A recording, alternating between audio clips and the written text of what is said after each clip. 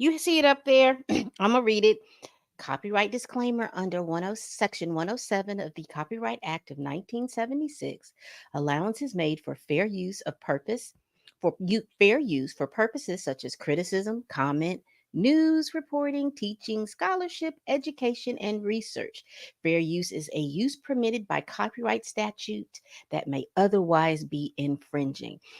Today's episode, we are going to be reporting the news. We are going to be criticizing some things. We're going to be making some commentary on a couple of other things. So I am just letting you all know up front, this is what we're doing. And hello, hello, hello, hello, hello. Oh, I'm so dark. I'm so sorry. I got no lights on. There you go. Here we are. Good morning, good afternoon, and good evening. This is Pamela, and you are here for another episode of Stunt Shows and Shenanigans, where we review the news of the week and see what's a stunt, what was a show, and what was just strictly shenanigans. This is going to be our Olympic version. There's a lot of stuff going on over there at the Olympics that I do want to talk about. And again, I did the opening ceremony. I thought the opening ceremony was a beautiful ceremony. They had some hiccups, but I don't think that there has been an Olympics in history that has not had any hiccups, child. I like the horse going across the water. I love the lady singing with the fire piano. I loved all of that. I loved all that. That was all that pomp and circumstance and showmanship. I loved exactly all of that. So let's get into what is the issues going on over there at the Olympic Village. So let's start this show off. Again, please like, comment, and subscribe. Please share this video if you care. And let's continue. Let's talk about the Olympic Village and what's going on with the Olympic Village. Uh, if you are not familiar, uh, every Olympics has a section of the town that the Olympic is hosting where the Olympians can go, they sleep, they eat, they socialize, they do a whole lot of stuff over there in that Olympic Village. And it's supposed to be peace, goodwill, and everybody getting together and talking to each other and not always on this any political stuff like that. They're athletes. Everybody who's there at the Olympics was the best in their nation to go to the Olympics. And so everybody is celebrating that. And what we've had is that we've had uh, uh, France, Paris have decided in the Olympics that they were going to have an eco friendly, uh, healthy option, food option Olympic. Not bad on paper. You know, they were offering more fresh vegetables, more fresh fruits, all those different things. Not bad. But the athletes are saying, hold up, that's good. But we need protein options because protein is what fuels the muscles so that we can do all the stunts and the feats that we do. Whoops, went down too far, y'all. I'm hitting the wrong one. Is it? Okay. Look how low I am. Hold on, y'all. I pressed the wrong in this chair. I don't like to be too high, but then I don't like to be too low either. All right, which way does hair go? All right, so and that's fine. I think that's commendable. They used a lot of recyclables, and one of the things that they used the recyclables for, Lord have mercy, was the bed. So let's go into this article right here. Here we are. This is Inside the Olympics. This is by The Athletic. Is written by Jacob Whitehead. And basically, the terms of the article is talking about what the athletes have reported about what's going on in the Olympic Village. Now, as you see here on the screen here, if you see this right here, this is their bed. This bed is made out of cardboard. Okay. And so you see these little sections right here. If you see my mouse, you see these little sections right here. These are like styrofoam foam. And if you flip it to one side, it'll be soft. If you flip it to the other side, it'll be firm. If you turn them the other way, they'll be extra firm. So it's a whole lot of stuff going on. And these mattresses, these beds are made of cardboard. And the Olympians said they weren't comfortable. So let's go down here and read a little bit of what he's saying. It says Coco Gauff is high profile. The 20-year-old tennis player is the U.S. Open champion, one of Team USA's flag bearers, and one of the most marketable athletes this year at Olympic Games. When she speaks, people listen. So when Goff uploaded a video to TikTok from inside the Olympic Village the morning after the game's opening ceremony, it was no surprise it went viral. The footage showed a frantic scene from the night before, a cramped apartment filled with athletes getting ready in every corner, clothes strewn all over the floor, pop up hair stations, and panic on the faces of competitors racing to be on time for their boat trip down the Seine. The video is soundtracked by a sound effect entitled Feminine Rage, and the caption reads 10 girls to 2 bathrooms. And we're not going to do that because there's music attached to it. But here is the TikTok. You can go look at that. And so this is the reality of the 2024 Paris Olympics. It is the world's biggest sporting event, but most star attraction. This is what the Olympic Village is really like. The Olympic Village is 7 kilometers, 4 miles north of central of Paris, spread between the suburbs of Saint Denis and I can't pronounce the other word. For just over 2 weeks, it will accommodate roughly 14,000 competitors before housing 8,000 during the Paralympic Games this month. There are elite athletes, and they understandably receive their perks. So there's a lot of different things going on there. Now, I have watched video after video after video of the athletes. This chocolate muffin seems to be a big hit over there. This coffee station that will print out in the phone, they will print out a picture that you want on your coffee thing. That's been excellent. But I've heard a lot of athletes talk about some of the food. And now, don't get me wrong, a lot of those athletes are saying there's some food that's good. I saw a Muslim woman looking for the halal food and finding the halal food, but she did say that there were very limited options over there. I did see Team USA has their own section where you can go and get food, and they feed their people. There's a whole section. I think there's another team that has that. But I want to get back to that cardboard bed. It has been said that that cardboard bed is so uncomfortable for the athletes. Now, mind you, these are athletes at the top of their game. They're saying that cardboard bed is so uncomfortable and the food options so intolerable. And also, again, you remember I told you that it's eco-friendly. So all of the village doesn't have air conditioner. And I know different countries do different things. I know people from Great Britain, people from France, people from Europe, they're used to that type of lifestyle because they don't have air conditioner. But then you have other athletes, from different countries that are used to having air conditioned accommodations. And so what has happened is a lot of the more like the track athletes, the I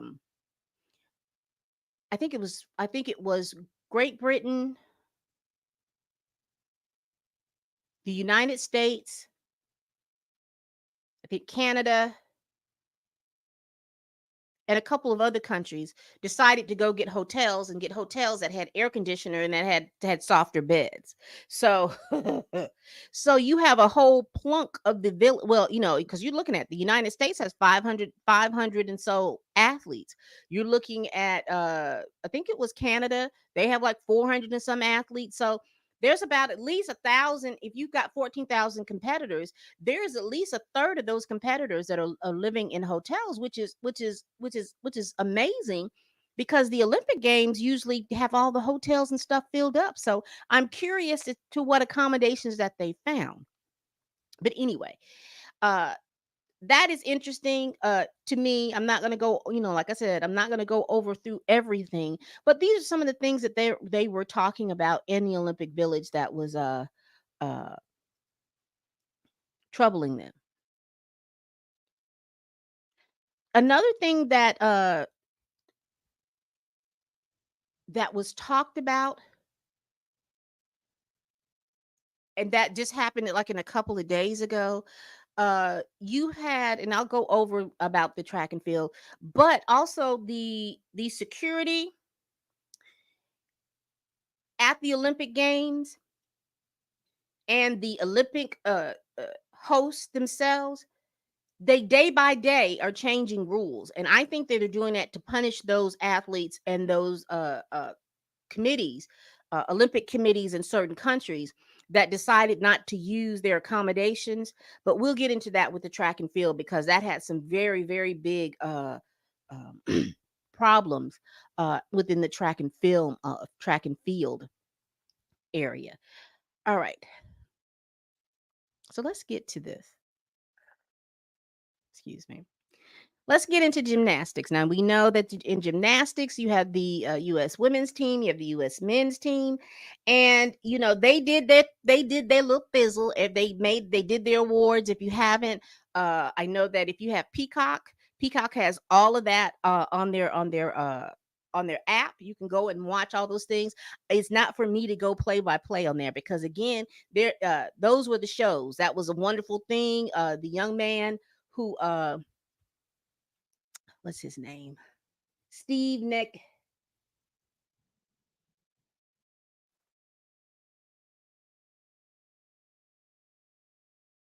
standouts through there.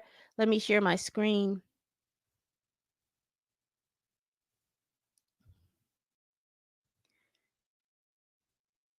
I'm gonna play this again. So the men's US men's team won bronze. They hadn't medaled in what since 2016 or 2008. When I was coming up, the men's US team was and that was like in the 80s, the end of the 80s going into the 90s. The US team was always up to the top. If the team didn't win, you had a lot of the men that would medal. And I remember doing a tweet. Hey, do we call them tweets anymore? What do we call going on over there, Dex? Are those still tweets? Because it's not Twitter anymore. Are those still tweets? Y'all let me know down in the comments. But I remember doing a tweet. And I said this because when Instagram first came out and everything like that, they would always show when little short form videos came, and there will always be little videos where you see little black children flipping on mattresses and doing all kinds of things. But I remember saying this tweet: if we would promote our little black boys into doing gymnastics and things like that, because even back then I recognized how people thought certain things were considered to be homosexual or wasn't manly enough. But I remember I said if we could steer our young black men who love to flip and do all these different things versus them being out in the streets doing I said oh shit, that's what I said in that tweet. This would be a wonderful thing. They would rack up at the Olympics. And I made that comment.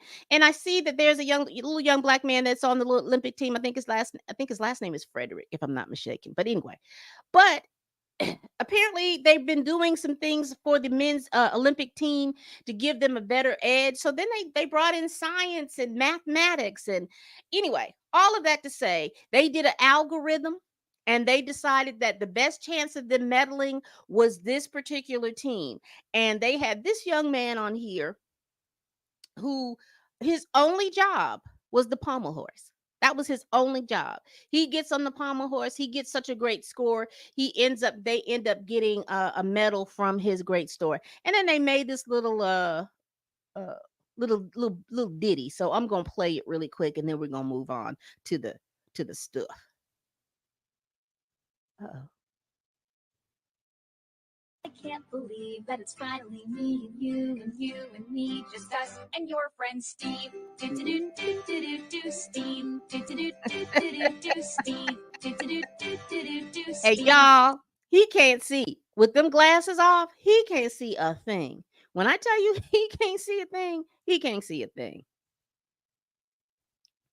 So I thought that was cute. Congratulations to the US men team and congratulations to an algorithm. Who would have thought an algorithm and a little mathematic calculations would have put something forth that they would be able to do that? But that was cute to me. I thought it was cute.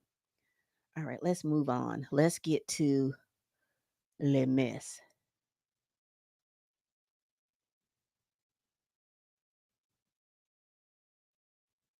I'm coming, y'all. Here we go. Let me share my screen. Again, if you like what you're seeing, please hit that like button. Please share this video if you care. Please tell a friend, tell a kin that I'm over here making this video and that I am live. All right, here we go. So we have the U.S. women's team, right? They're over there doing their thing, flipping and jumping and all this other stuff, looking like they're having a good time. These young ladies are over there just, they got to eat they've got to meet Suni, and Jordan got to meet Olivia Benson. They over there just having a good old time. And then you get hating ass Michaela Skinner. She is over here hating outside the club, hating, and you can't even get in. Just over there hating. When I tell you the level of hate that she's over there spewing, but let's get into this argument. The biggest villain of the Olympics, Michaela Skinner, isn't competing this year, but she gets a gold medal for being salty. Now, this is written by Heather Sweetell. Sweetell. I hope I'm pronouncing her name right. But baby, let me just give you the overview of what's going on. So she has decided to she took to Twitter or Instagram, she took to her social media, and she started talking about, I just don't think that the women who are there, they're that committed. They don't have as much hustle and drive. They're not committed. They're not wanting it so bad. It's a whole lot of hating she's doing out here in the thing. And mind you, when she was in the Olympics, she only qualified for one event. Uno. Uno. Uno. Uno. But let's get into this article. As far as the American women's gymnastics squad is concerned, hold on, I want to make this bigger. There we go. As far as the American women's gymnastics squad is concerned, the biggest villain of these Olympic Games isn't Team Italy, Brazil, or any other athletic rival. Team Brazil, just soccer, gymnastic wise, Team Brazil, they are really showing out. But anyway, their public enemy number one isn't even Paris at the moment. Former Olympic gymnast Michaela Skinner is sitting at home in Utah, as far as we know, but still manages to piss off Simone Biles and company enough to earn that ire from 5,000 miles away. Baby, though this beef has been brewing for some time, it burst into the public's consciousness earlier this week after the U.S. nabbed gold in the team final, and Captain Biles posted some photos of her teammate and her celebrating on Instagram alongside a curious caption: "Lack of talent, lazy Olympic champions," she wrote, with a few emojis. People who follow gymnastics immediately recognized that Biles' words were referencing a now deleted video Skinner had made earlier in the summer, in which she aired some criticisms of the Olympic team. In the video, which was posted shortly after this year's Olympic team had been selected, Skinner mused on how the athletes and the sport has gone downhill, saying, "I feel like the talent and the depth is just isn't like what it used to be. A lot of girls don't work as hard." Skinner retired from elite gymnastics after the Tokyo Olympic Games in 2021, where she took home a silver medal, and her teammates, Biles among them, cheered her on. So how did it wind up that a short 3 years later, she is trashing Team USA online? In truth, Skinner has long had a prickly relationship with the gymnastic world, as my colleague has written about extensively. Okay, so you can go back to that article to look at it. In 2016, after she didn't make the Olympic team and was instead chosen as an alternate, she let out her frustration in the form of racist and homophobic retweets, which she was widely criticized for. In her subsequent college career at the University of Utah, she developed a reputation as abrasive for reasons that were both fair, the aforementioned tweet, and less so. Judges and fans seemed to ding her for not always smiling and playing the part of a perky gymnast. Well, child, if she is this right here with them tweets, they don't be happy, and they age, people who hate and have all that hate in their heart and don't want to see people excel to the best of their abilities, they age like milk. They clabber and become buttermilk, and then, I don't know. I don't know. But baby, they was going back and forth on the tweets. I'm not gonna pull those up. But she was over there just hating, mad. Baby, if you wanted to be at the Olympics, all you had to do was continue to work. You still are eligible of age. I mean, good Lord. Simone Biles is what, 26, 27? You still could have done that. You still could have been working. You still could have been doing all those things. I suspect, I don't know, and I don't mean this in any kind of harsh way. I suspect that she went to college, she got married, she still wanted to do some other things, but now she's married and she can't do the things that she wants to do, whether it's because, her parents are no longer paying for it or whatever the reason is. And plus, she was probably salty anyway. She just had a salty personality. But that's what I think. Now, don't mishear me. I'm not telling people that I have issues with people getting married, but I do have issues when you get married and you're not understanding that for women, marriage is you don't get to you have to accomplish most of what you want to accomplish before you get married, because your role as a wife in a marriage is always being a support to somebody else. You're supporting your husband, you're supporting your children, you're supporting everything like that. And the things that you want to be able to do, you won't have the the luxury of doing all that. Now, if you've got a really good progressive marriage and you do all that, albeit fine. Traditionally, that's not how it works out. So don't be over there salty outside the club when you can't get in. You could have got in. All you had to do was put in the hard work and all that other stuff. That was something truly, truly that you wanted to do. But you're being salty. And you didn't even transition well. All the people that were gymnasts in the Olympics, when they transitioned into the next Olympics, if they didn't go, they were always invited to be commentators. You being you being a little salty, and now you can't even commentate the Olympics or anything like that. You NBC would have paid for your way. They paid for all these other folks. I'm telling you, just over there being doggone salty, salty, salty, salty. What do y'all think about that story? What do y'all think about her being salty? And congratulations to the women's team for winning their issue.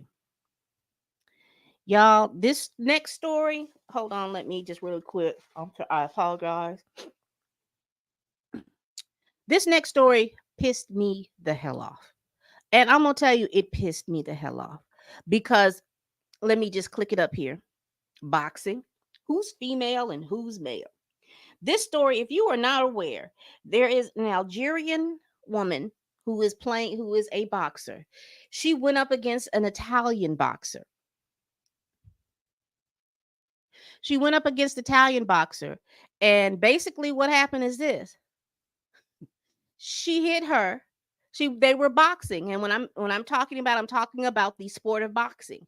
So when she hit her, the Italian woman couldn't take that hit. She wasn't used to being hit that hard.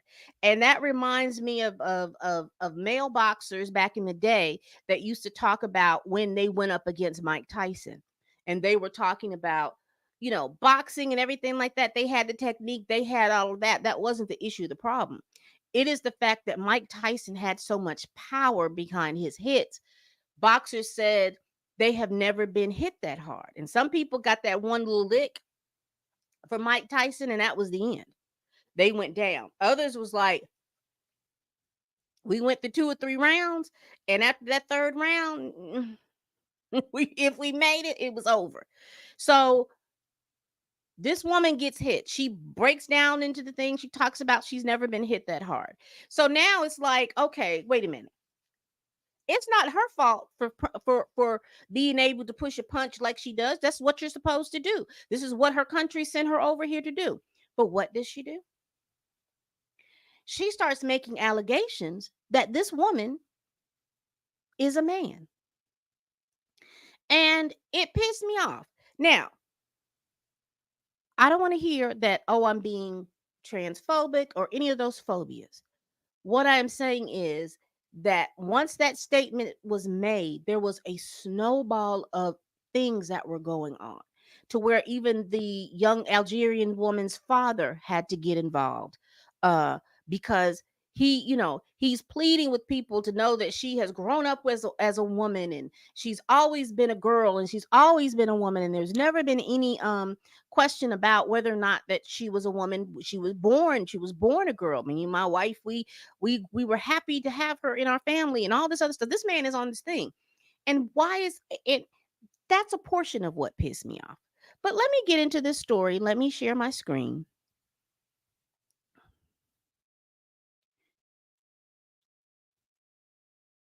Excuse me.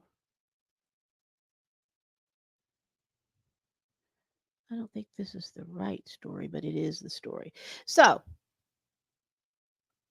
there is a gender controversy going on at the Olympics.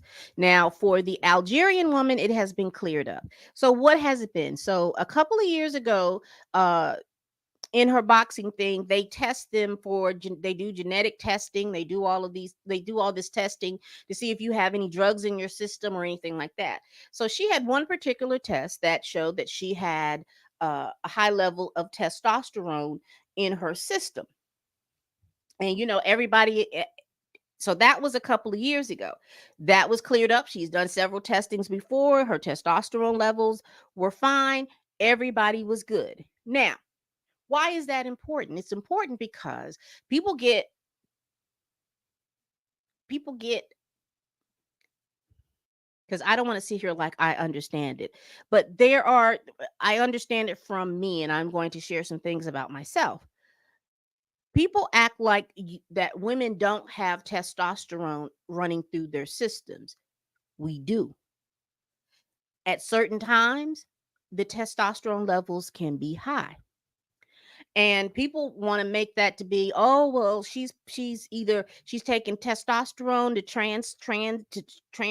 transition into a man. She's taking these things because you do have to take those testosterone shots and things like that to have those things happen.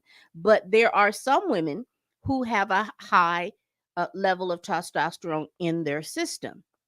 And the reason why I'm saying that it pissed me off is because I figure if I went to the Olympics and they tested me at this point, particularly if it was a couple of weeks after a menstrual cycle, if I've had one, it would be high levels of testosterone. Because where are my PCOS girlies out here? Those of us that suffer from PCOS, polycystic ovarian syndrome. Part of that syndrome is the fact that we have high levels of testosterone. That's why you see some young ladies where they have hair on their chest. They have, like me, hair growing from their face, which is typically reserved for men growing hair on their face. Every 3.5 weeks, I'm having to uh, wax off hair because if I don't, I have a little goatee right here.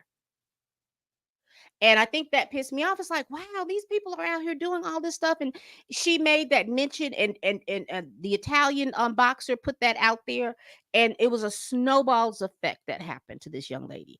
And the reason why I was upset and mad is, let me go through here. I want to show this because it seems like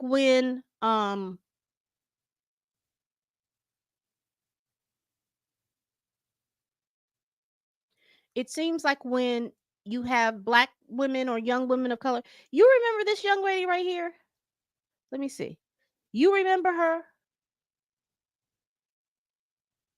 You remember this young lady? You remember she was in the Olympics? Oh, why I want to say it was when it was in Australia. I'm not really sure. I don't remember when it was, but she was an Olympic runner. And you remember how they ran that woman through all these doggone tests talking about uh she uh she had testosterone in her system, and they thought that she was doing that, but it ended up she had some kind of syndrome. I can't think of what it was, but she had some kind of medical syndrome where her body produced a high level of testosterone in her system, and they wouldn't even allow for her to compete because they wanted to say that her testosterone level was so high she couldn't compete as a woman, but because she was a woman she couldn't compete as a man. I don't know if y'all remember that, but I think that pissed me off. And that pissed me off because I'm thinking, listen to this woman who didn't get she didn't get her way. She was being beaten. And then just instead of just getting knocked out or whatever it is you had to go through, because that's the sport that you chose, you're fighting someone that has a little bit more power than you, then you wanted to decide to push all of this stuff through to make people believe that this woman was a man when she's not. This woman was transitioning into thank you. I found her. Thank you so much, Ernest. How you doing? Transitioning and things like that. And then you have people over here in the United States, especially let me tell y'all something. I'm be very clear because now I'm getting really upset. I will be so glad when Christians take their name back and stop allowing people to politicize their name and to politicize who they are, and then so that and then be able to use the word Christian as a weapon. Y'all need to take y'all name back, and y'all need to shun it, just like they are out here shunning people for a whole bunch of stuff and spewing a whole lot of hateful rhetoric. Y'all need to take y'all name back. You truly, truly do. Because you've got people over here, they shouldn't allow her to be in there because she is transitioning. She's trying to be a transgender. This woman is from Algeria, a predominantly Muslim country. A transgender person is illegal in her country. And you remember when I told you earlier when her father was up there talking about my daughter, she was born a girl, all this other stuff. Do you all realize with this woman who couldn't accept her defeat, espousing all this and getting all this stuff, do you realize that this girl can go to her country and she could be arrested?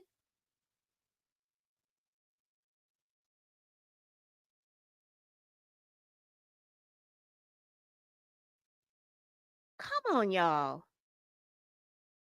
You make a good point, Ernest. Let me put that up here. She now admits she has an internal test. That was where the extra test was coming. They banned her for from the 800. She has to do a long distance, and they call her a DSD athlete. You're talking about caster, yeah. Yeah.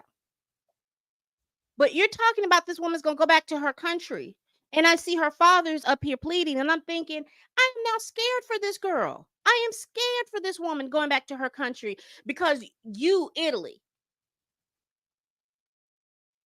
you're in this sport. People they hit hard.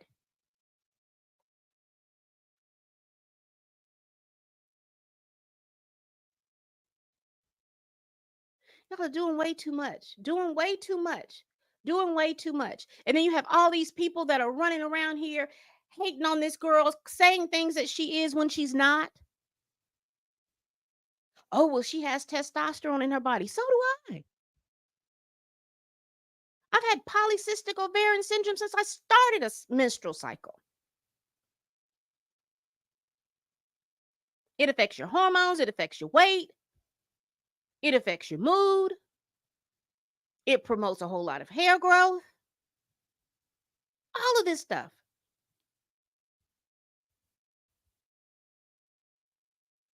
And I just felt so bad. I was like, these people don't want to lose. You don't want to lose. There's always somebody better than you. But you want to chalk it up to this social political stuff about people being transgendered.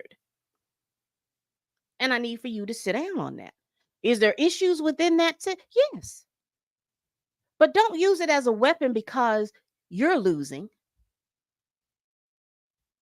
Child, these people about to get on my nerves. Ernest, what you gonna do on Monday? This is off the thing, but what you gonna be doing on Monday? Because you know that's August 5th. You know that's Fades given the Montgomery Brawl.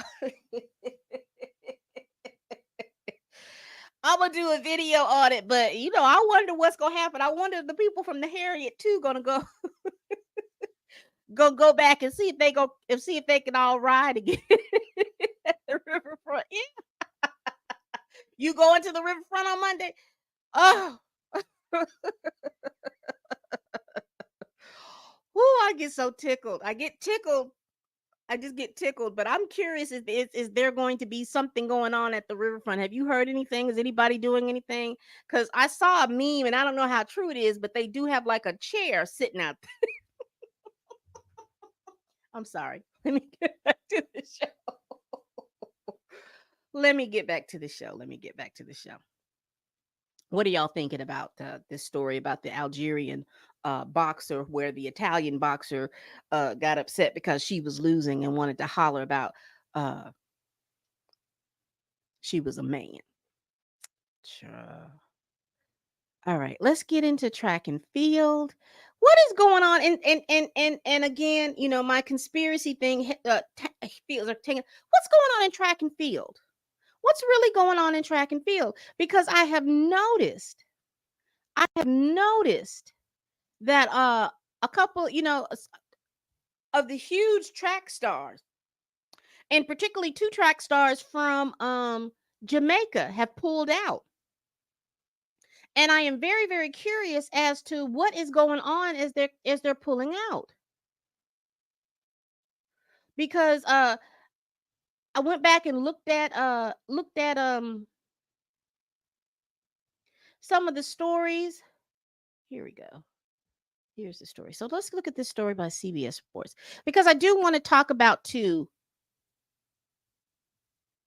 what happened. Let me pull my Instagram up because it was on my Instagram.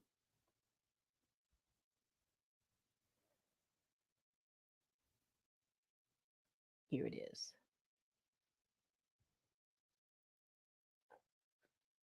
What happened? Let me show my Instagram first. Let me stop sharing this.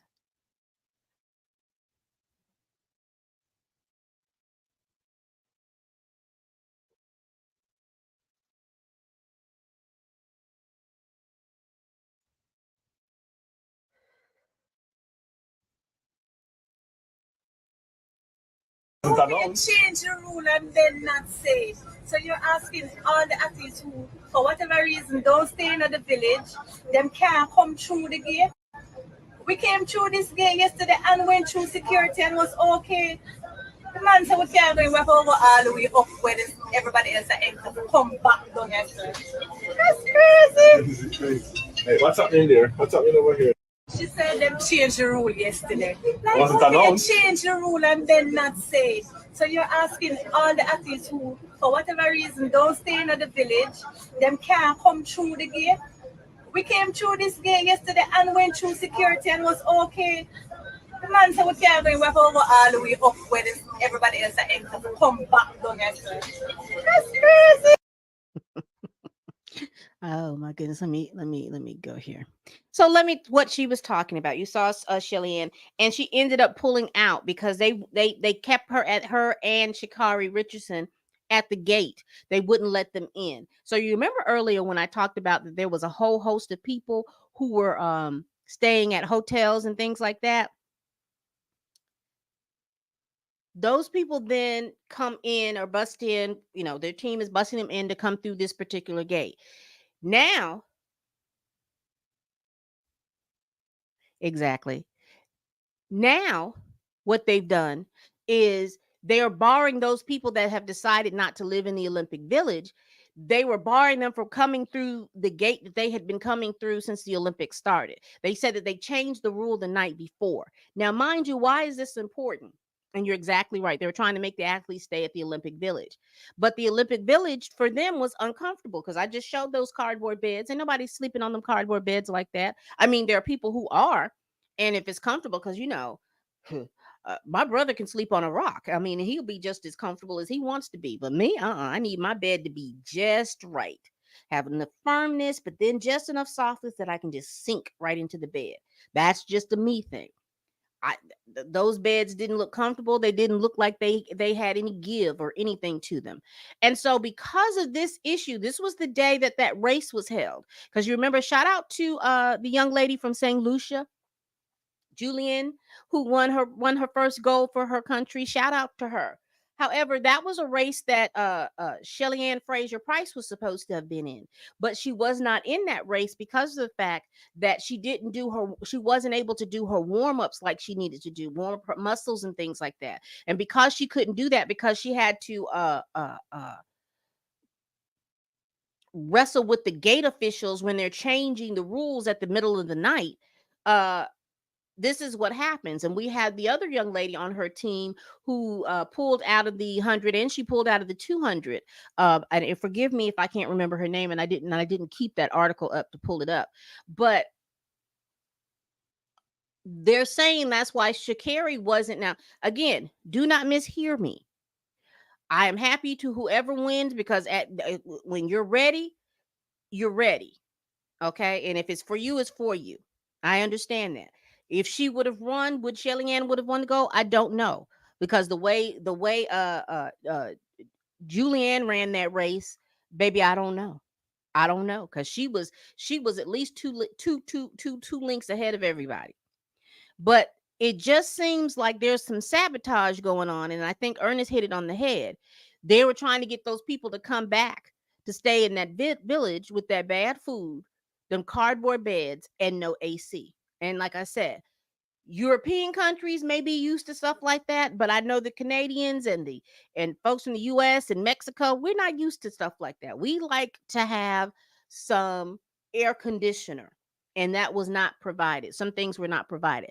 Like I said, I do think that what Paris was trying to do looked real good on paper, but when you're dealing with different people and different personalities and different things, certain things like this just don't wash out and doesn't work. You should have had options for people.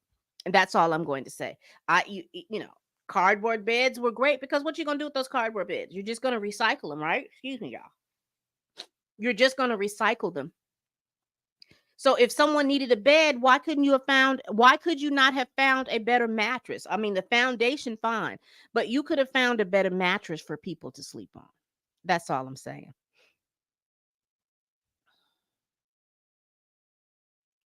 So, y'all, a mess, a mess. Track and field went through some other things too. I think Noah Lau, he came in second. There's a lot of things that's still going on. So y'all continue to watch, continue to watch, continue to watch. This story right here.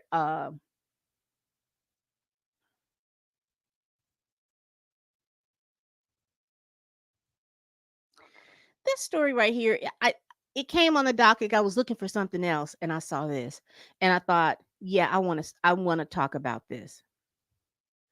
Have y'all noticed when you watch the Olympics that you see Snoop everywhere? Snoop Dogg is every dog on where. Don't know what's going on. Don't know how he got to what he's doing, but Snoop is trying everything. He's swimming with Michael Phelps. He's running with Noah Lyles. He even went to the dressage, because that's what the last Olympics what made him a household name, when he was like, "Oh, look at the horse crip rocking on the set." Y'all remember that? But he has come to the Olympics, and he is being such and people have called him a mascot, but I just call him a big old super fan for the United States of America. He is just out there making sure that he's been at the badminton and table tennis and all kinds of different events. And I think that that's good. I think that promotes that, because it just dawned on me that the Olympics is coming to the United States of America next time. So it's going to be in Los Angeles, isn't it? 2028. It's going to be in Los Angeles. And who best to represent the West Coast but a Snoop. But Snoop is just out there, child. I think this is, yeah, Snoop is out there. He's going to all different things. And he did reveal, even when he talked about the horses, that he was scared of horses. So he had to get his friend Martha Stewart to come down there and kind of talk him through it and everything like that. And he wanted to feed the horses and get over his fear, because he said he was, I'm a little afraid of a little horse or whatever.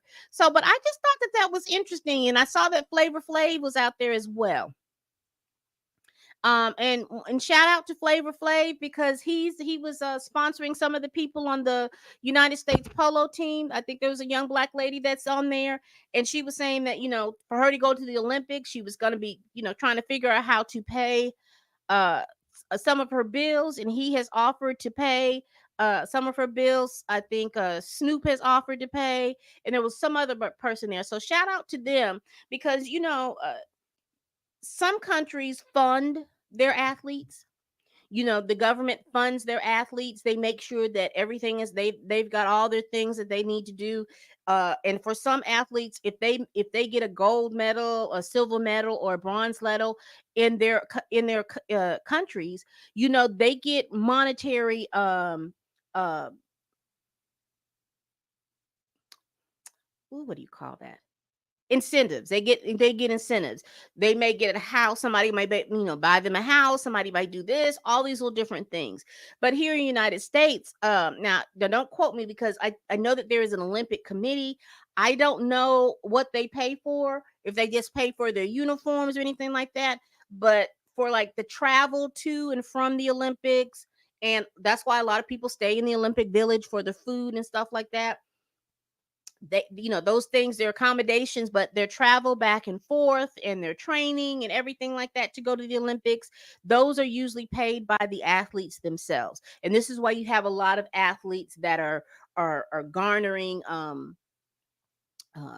sponsors and things like that, and brand deals and things like that. So you see people like Coco, you see, before it's the US Open, you see a lot of the track and field specialists, as I call them. You see them out there, and they're getting out and getting these brand deals and things like that, because those brand deals help them pay for their training and all the things that they need to do to be able to be in these Olympics. But again, that was just a quick story. And we're getting close to the end, y'all. Make sure y'all like, comment, and subscribe to my channel. I need to see everybody who is here. You have hit that like button. You have hit that like button.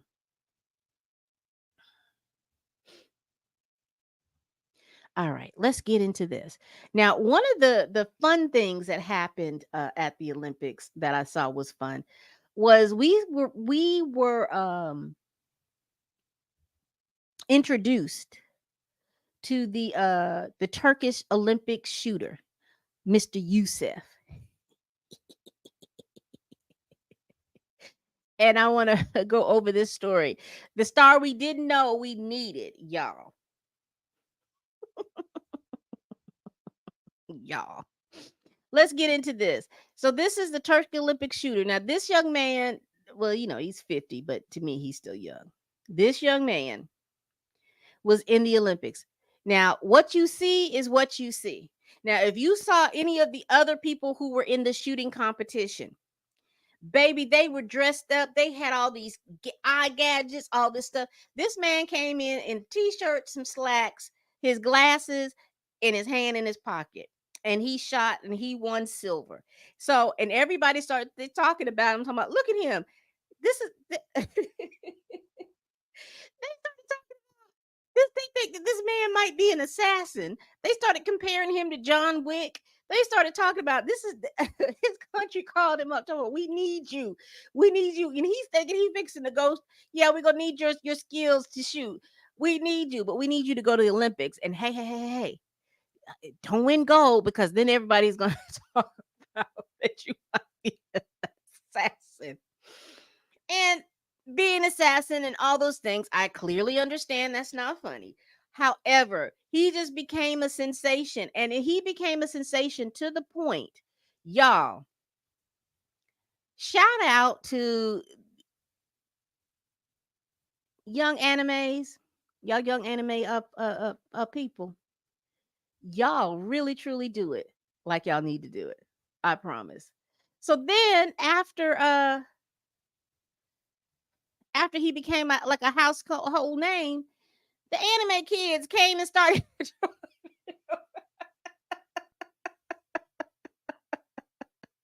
The anime kids got to him.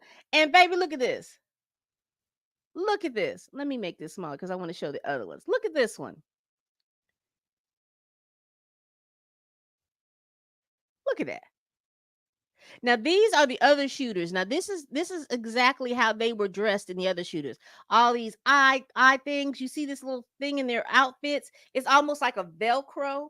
You see how this young man, because this was South Korea. This was a South Korean lady shooter, and then this is a Chinese male shooter, and their outfits in the front of them, it looks like there's some kind of Velcro or something that keeps everything steady. They had all of this, and all the little shooter man had right here was his t-shirt and his slack, and his hand is and his hands in his pocket. Child, this one what took me out. I looked at this and saw a whole anime. I saw a whole anime in my head. I know it doesn't even exist, but I saw a whole anime in my head. I thought about, oh, okay, you've got assassins actually going to the Olympics, and there is a target at the Olympics. So they're going to the Olympics trying to weed out this target. I see a whole 24 episodes. I can't even tell you what it is, but I can see a whole 24 episodes, and we see athletes just falling because these people are trying to get to these assassins and things like that. I just saw a whole manga in my head when I saw this one.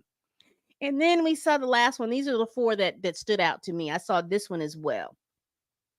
Child, let me tell you something. These young people can do all the things that they want to be able to do. I just thought I'd share that. And we're almost to the end, y'all.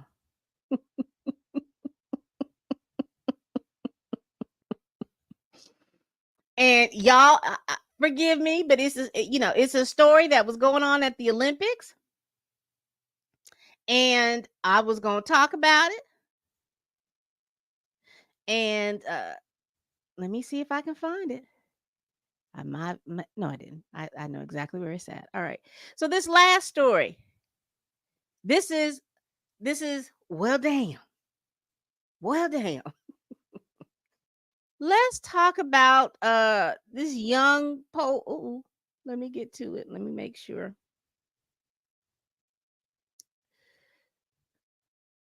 This came on my Twitter timeline as I was getting ready to come here. And I was just like, well damn, let me get to see what's going on. So they were talking about this young pole vaulter. Can y'all see that? Yeah.